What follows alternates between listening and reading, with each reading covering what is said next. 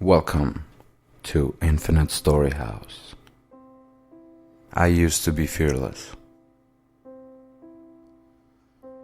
Horror movies never really scared me. Scary books had no effect. Haunted houses are meaningless. I was never a child who slept with the covers over their face or with a nightlight. As a little girl, I never felt the need to crawl into bed with my mother after having a nightmare. I never really had nightmares to begin with, and the few that I did, most would never consider a nightmare at all. I've simply never been afraid of what goes bump in the night. Our home security system kept away fears of very real humans with dark intentions, as did our Rottweiler, aptly named Killer. As for threats outside the home, well, who could be afraid in a nice, white, upper-class community? I've lived in a bland bubble all my life, never knowing what fear is. So why should I ever be afraid of the dark? Up until this moment, I haven't been. I saw it as childish and illogical. Of course, I don't feel that way anymore. I'm writing this to you now as a warning because it's too late for me. I know that now, and it's brought on a surreal sort of calm. When I finish warning you, it will be all over. So forgive me if I'm being long-winded. I enjoyed life a bit more than I was once willing to admit. It all started with what I thought was a virus. I had been linked to a video called Girls and Boys Come Out to Play. It sounded harmless enough. I thought it was an art student's film, perhaps. The person who had linked the video promised it was very good, well worth watching. I can't remember the video. All I can remember is the feeling it brought up. It wasn't fear, but it was close. I was uncomfortable. I was unnerved. I was also vaguely ill. From then on, things only got worse. The background on my computer had changed to a picture of a disturbed-looking young woman who stared at me from a black abyss. Every now and then, and growing more frequent by the day, strange noises would emit from my computer, even when the sound wasn't on. Screaming, strange laughter, grinding noises.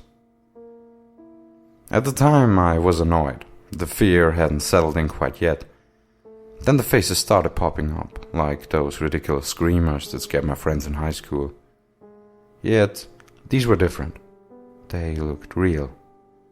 They were the faces of the dead, and they had died violent deaths. I wish I could say that I stopped using the computer, but I couldn't. My job requires me to use my computer frequently. What was I to do? I had no other computer available to me.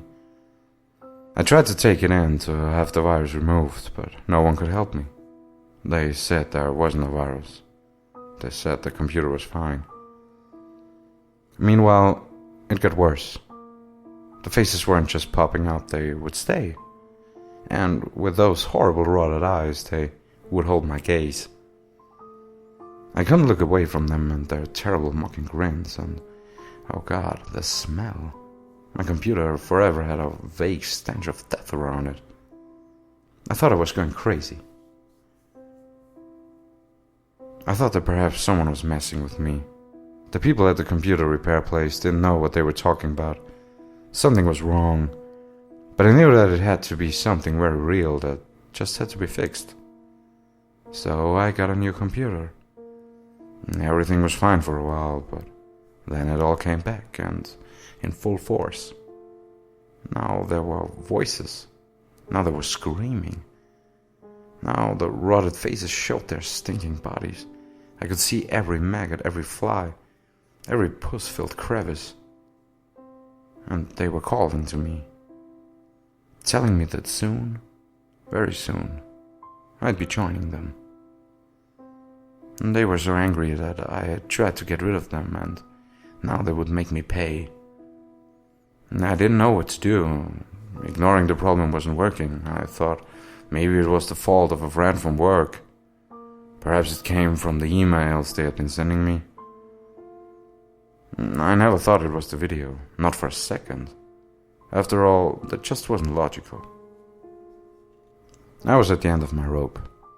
Today I unplugged the computer and began packing. I would go on vacation, clear my head, and pray that everything would be back to normal. A few minutes ago I realized it wouldn't.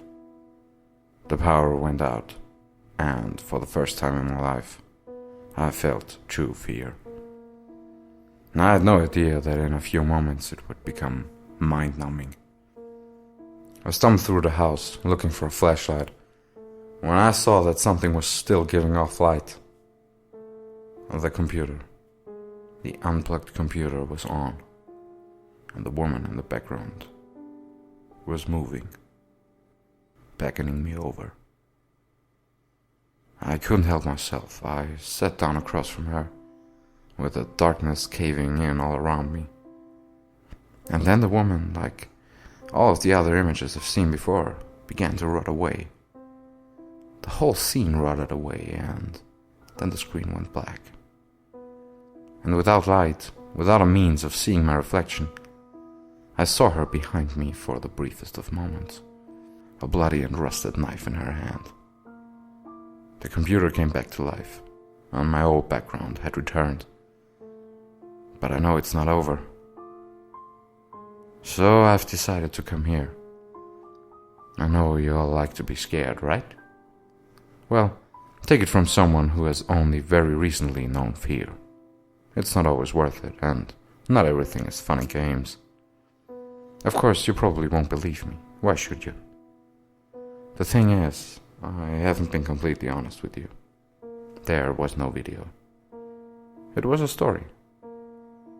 A story quite similar to this one, though with subtle plot differences and perhaps better storytelling.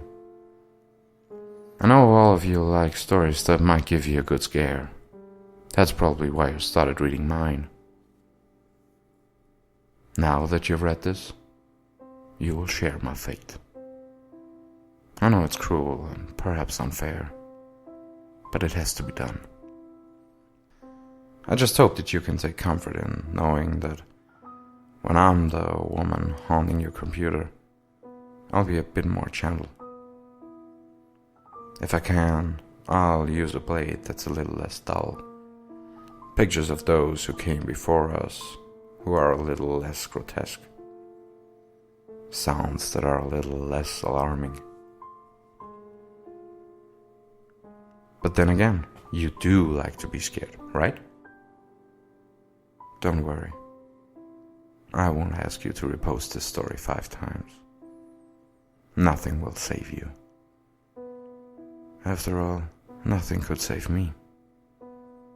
The power is still out. And I know, behind me, the woman is waiting for me. I'll see you very soon. Goodbye for now.